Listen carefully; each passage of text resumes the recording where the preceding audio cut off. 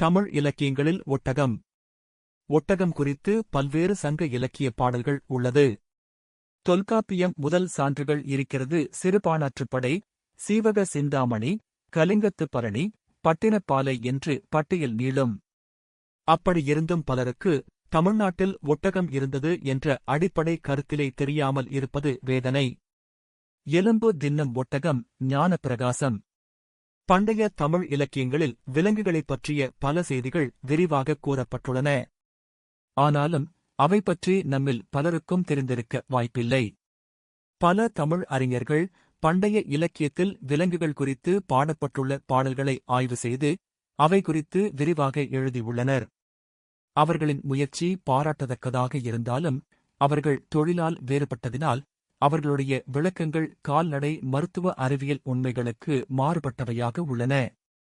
உதாரணமாக, அகநானூரில் வரும் ஒரு பாடலில் பாறைகளில் உலர்ந்து கொண்டிருக்கும் செம்மறி ஆட்டின் வெள்ளை எலும்புகளைத் தின்று ஒட்டகம் தன் பசியை தீர்த்துக் கொள்ளும் என்று கூறப்பட்டுள்ளது. குறும்பொறை உணங்கும் தகர் வெள்ளென்பு. கடுங்கால் ஒட்டகத்து அல்கு பசி தீர்க்கும். கல் நெடுங் கவலைய கானம் நீந்தி. அம்மா அறிவை ஒழிய.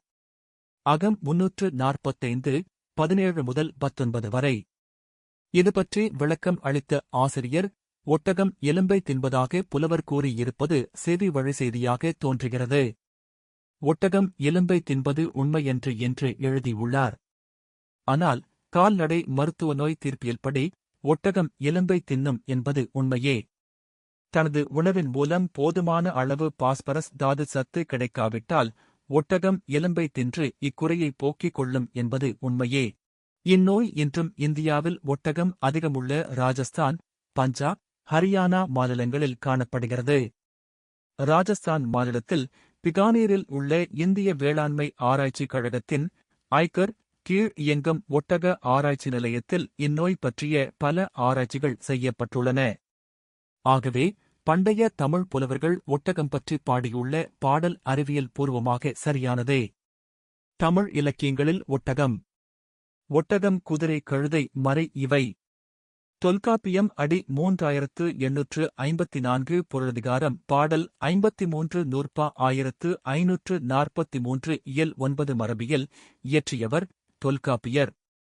ஒட்டகம் அவற்றொடு ஒரு வழிநிலையும். தொல்காப்பியம் அடி 3794 பொருளதிகாரம் பாடல் 18 நூற்பா 1508 இயல் 9 மரபியல் இயற்றியவர் தொல்காப்பியர். ஓங்கு நிலை ஒட்டகம் துயில் மடிந்து அன்ன. சிறுபாணாற்றுப்படை அடி 15 கடுத்த ஒட்டகம் கால் செல்வ யாவையும். சீவக சிந்தாமணி அடி 7060 பாடல் 1773 கனகமாலையார் இளம்பகம் ஆசிரியர் திருத்தக்கதேவர். ஒட்டல் ஒட்டகம் காணில் என் பிள்ளையை ஒக்கும் என்று ஒக்கலை கொள்வன. கலிங்கத்துப் பரணி அடி 284 பாடல் 142 அதிகாரம் 6 பேய்களை பாடியது தலைப்பு. தாய்ப்பேயும் பிள்ளைப்பேயும் ஆசிரியர் செயங்கொண்டார். ஆரம் இவை பொன் கலம் ஆனை இவை ஒட்டகம்.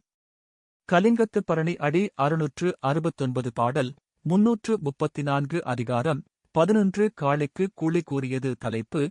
திரைப்பொருள்கள் ஆசிரியர் செயங்கொண்டார். ஆரம் இவை பொன் கலம் ஆனை இவை ஒட்டகம். கலிங்கத்துப் பரணி அடி 669 பாடல் 334 அதிகாரம் 11 காளைக்கு கூலி கூறியது தலைப்பு. திரைப்பொருள்கள் ஆசிரியர் செயங்கொண்டார். நடை வயப்பரி இரதம் ஒட்டகம் நவநிதி குலமகளிர் என்று.